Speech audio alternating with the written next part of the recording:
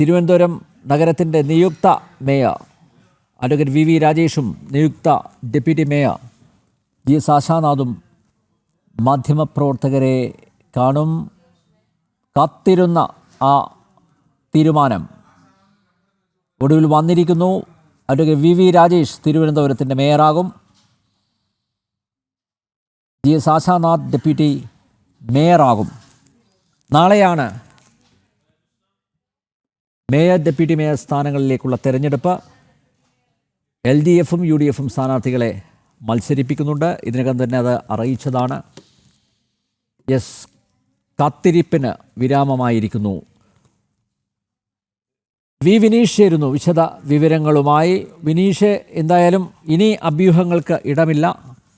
തീരുമാനം വന്നിരിക്കുന്നു. നാളെ മേയർ തിരഞ്ഞെടുപ്പ് നടക്കുകയാണ്. BJPക്ക് 50 കൗൺസിലർമാരുണ്ട്. 2 സ്വതന്ത്രരുടെ പിന്തുണ BJP ഉറപ്പാക്കി കഴിഞ്ഞു എന്നാണ് മനസ്സിലാക്കുന്നത്. വലിയ കാത്തിരിപ്പ് ആയിരുന്നു. അതിനല്ലേ അവസാനമായിരിക്കുന്നത്. വിനീഷ്, വിശദമായ വിവരങ്ങൾ.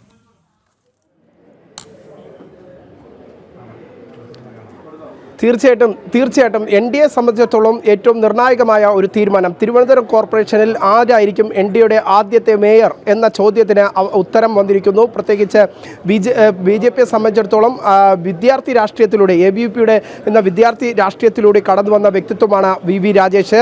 അതിനുശേഷം തലസ്ഥാനത്ത് BJPയുടെ സംഘടനാ പ്രവർത്തനങ്ങളിൽ സജീവമായി ഇടപെട്ടുകൊണ്ട് BJPയുടെ ജില്ലാ അധ്യക്ഷൻ പദവിയിലേക്ക് എത്തുന്നു. അതിനുശേഷമായിരുന്നു നിരവധി 2 നിയമസഭാ തെരഞ്ഞെടുപ്പുകളിൽ വി രാജേഷ് മത്സരിക്കുന്നു. അതിന് തൊട്ടു പിന്നാലെ ആ മത്സരങ്ങൾ വലിയ രീതിയിലുള്ള വോട്ട് മുന്നേറ്റം ഈ 2 നിയോജക മണ്ഡലങ്ങളിൽ BJPക്കായി വി രാജേഷ് കാഴ്ചവെക്കുന്നു. അതിനുശേഷം തിരുവനന്തപുരം സെൻട്രൽ കേന്ദ്രീകരിച്ച് വീണ്ടും സംഘടനാ പ്രവർത്തനത്തിൽ സജീവമാകുന്ന കാഴ്ചയായിരുന്നു വി രാജേഷിനെ സംബന്ധിച്ചിടത്തോളം നമുക്ക് കാണാൻ സാധിച്ചത്. അങ്ങനെ ആദ്യമായി പൂജപ്പര വാർഡിൽ നിന്ന് കൗൺസിലർ സ്ഥാനത്തേക്ക് മത്സരിക്കുന്നു വി രാജേഷ്. അതിനുശേഷം അന്ന് തന്നെ മേയർ കാൻഡിഡേറ്റ് എന്ന തരത്തിലേക്ക് വി രാജേഷിനെ വിലയിരുത്തുന്ന തരത്തിലുള്ള ഒരു വലിയ വികസന പദ്ധതികൾ തന്നെയായിരുന്നു വി രാജേഷ് അന്ന് മുതൽ കാഴ്ചവെച്ചത്.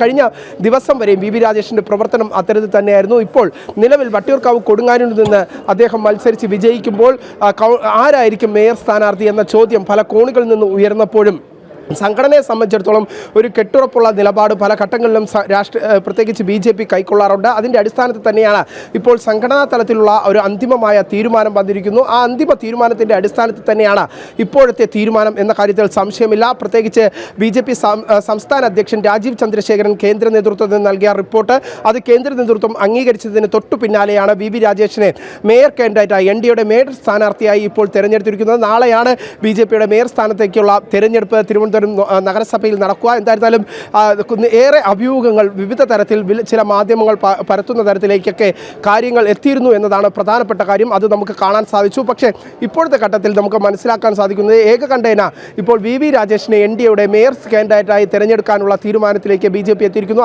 അതിൻ്റെ ഔദ്യോഗികമായ പ്രഖ്യാപനം BJPയുടെ സംസ്ഥാന ജനറൽ സെക്രട്ടറി അഡ്വക്കേറ്റ് സുരേഷ് നടത്തുന്നു. പ്രത്യേകിച്ച് BJP സംസ്ഥാന അധ്യക്ഷൻ്റെ നിർദ്ദേശപ്രകാരമാണ് താൻ ഇത്തരത്തിൽ ഔദ്യോഗികമായ പ്രഖ്യാപനം നടത്തുന്നത് എന്നായിരുന്നു വി രാജേഷിന്റെ വാക്കുകൾ. എന്തായിരുന്നാലും നിലവിലെ സാഹചര്യത്തിൽ നമുക്കറിയാം വി രാജേഷിനെ സംബന്ധിച്ചിടത്തോളം 2ാം തവണയാണ് കൗൺസിലർ സ്ഥാനത്തേക്ക് കടന്നെത്തുന്നതെങ്കിൽ പോലും പൊതുപ്രവർത്തന രംഗത്ത് സജീവ സാന്നിധ്യമായിരുന്നു വി രാജേഷ് എന്ന കാര്യത്തിൽ സംശയമില്ല. അത് നമുക്ക് കാണാൻ സാധിച്ചതുമാണ്.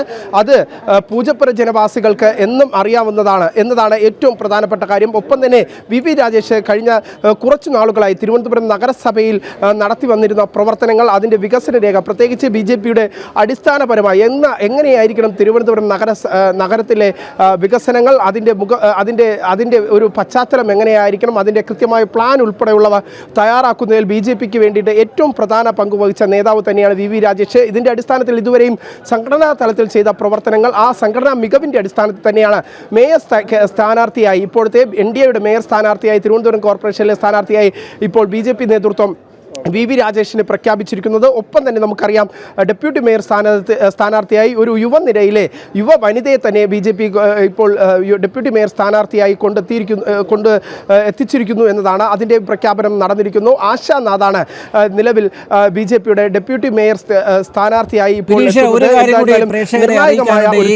ഒരു നിമിഷം ഞാൻ എടുക്കുകയാണ്.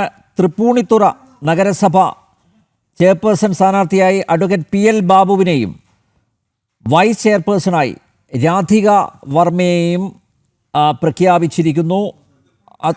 അതുകൂടി നടന്നിരിക്കുകയാണ്. കേന്ദ്ര നേതൃത്വത്തിൻ്റെ അംഗീകാരത്തോടെ തൃപ്പൂണിത്തുറ നഗരസഭ ചെയർപേഴ്സണായി അഡ്വക്കേറ്റ് പി എൽ ബാബുവിനെയും വൈസ് ചെയർപേഴ്സണായി രാധിക വർമ്മയെയും പ്രഖ്യാപിച്ചിരിക്കുന്നു. ആ വാർത്താക്കുറിപ്പും പുറത്ത് ഇറങ്ങിയിട്ടുണ്ട്. യെസ് വിനീഷ്, തുടരാം.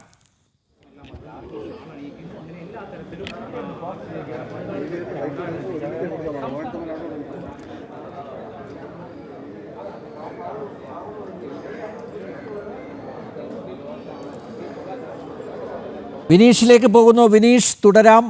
അഡ്വക്കേറ്റ് വി രാജേഷ് തിരുവനന്തപുരം നഗരസഭയുടെ മേയറാകും എന്ന കാര്യത്തിൽ ഉറപ്പ് വന്നിരിക്കുന്നു.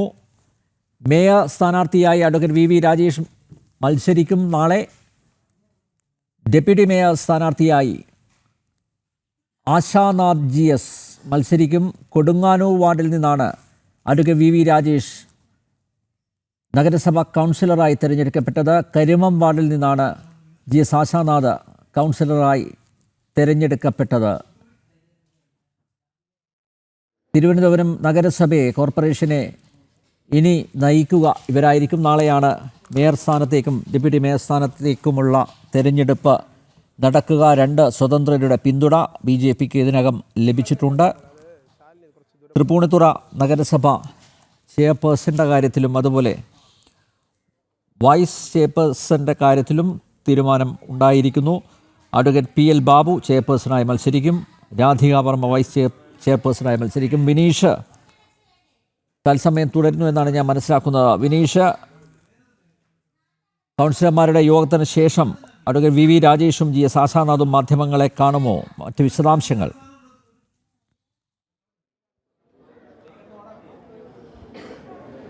തീർച്ചയായിട്ടും ഇരുവരും മാധ്യമങ്ങളെ കാണും എന്ന കാര്യത്തിൽ സംശയമില്ല. എന്തായിരുന്നാലും നിലവിലെ സാഹചര്യത്തിൽ ഇപ്പോൾ അഭ്യൂഹങ്ങൾക്ക് വിരാമമിട്ടുകൊണ്ട് ഡെപ്യൂട്ടി മേയറും മേയർ സ്ഥാനാർത്ഥിയും ആരാണ് NDAയുടെ എന്നത് കൃത്യമായ ഒരു പ്രഖ്യാപനം, ഔദ്യോഗികമായ പ്രഖ്യാപനം ഉണ്ടായിരിക്കുന്നു. ഇപ്പോൾ കൗൺസിലർമാരുടെ യോഗം എനിക്ക് പുറകിലായി കാണുന്ന ഹാളിൽ നടക്കുകയാണ്. അവിടെ ഇനി വിപ്പ് നൽകുന്ന നടപടിക്രമത്തിലേക്കാണ് കടക്കുന്നത് എന്നതാണ് പ്രധാനപ്പെട്ട കാര്യം. അത് തന്നെയാണ് ഇപ്പോൾ നമുക്ക് അറിയാൻ സാധിക്കുന്നത്. വിപ്പ് നൽകിക്കൊണ്ട് നാളെ എങ്ങനെയാണ് മേയർ തിരഞ്ഞെടുപ്പിലേക്ക് നേരിടേണ്ടത്, അതിൻ്റെ നടപടിക്രമങ്ങൾ എന്താണ് എന്ന് സംബന്ധിച്ചുള്ള കാര്യങ്ങളാണ് കൗൺസിലർമാർക്ക് മുന്നിൽ ഇന്ന് വിശദീകരിക്കുന്നത്.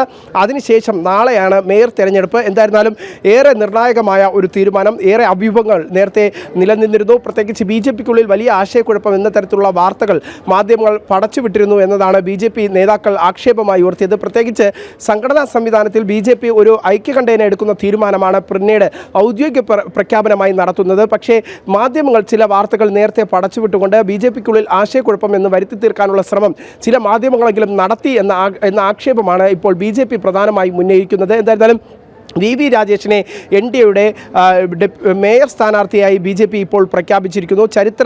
ചരിത്രം നിമിഷം എന്ന് തന്നെയാണ് വിശേഷിപ്പിക്കാൻ സാധിക്കുന്നത്.